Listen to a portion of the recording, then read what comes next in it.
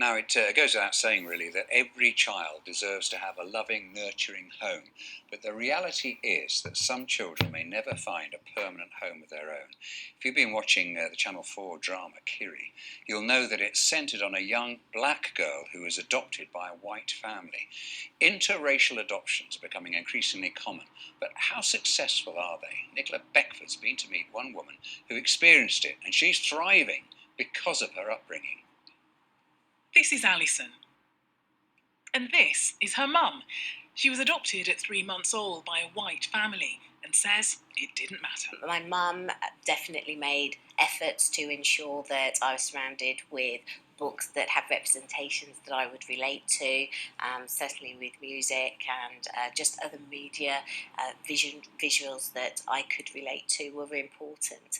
Could she have done more? I think she thinks she could. Do I think it made a difference? No, not at all. Alison's now a motivational speaker and a children's author. She credits her parents for her work ethic and drive, something she wants to pass on to other children.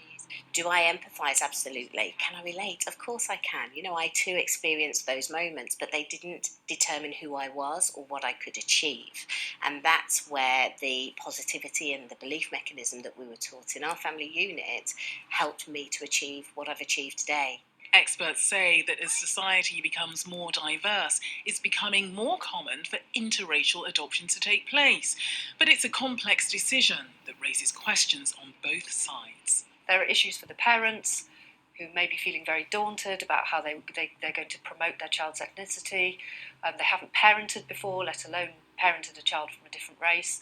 And on the child's side, they've left behind everything they've known, from their birth families to their belongings to the place that they grew up. But there's still a long way to go.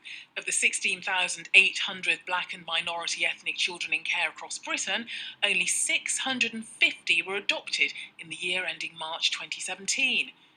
But the fear is that waiting for a perfect match can be at the expense of finding a permanent home.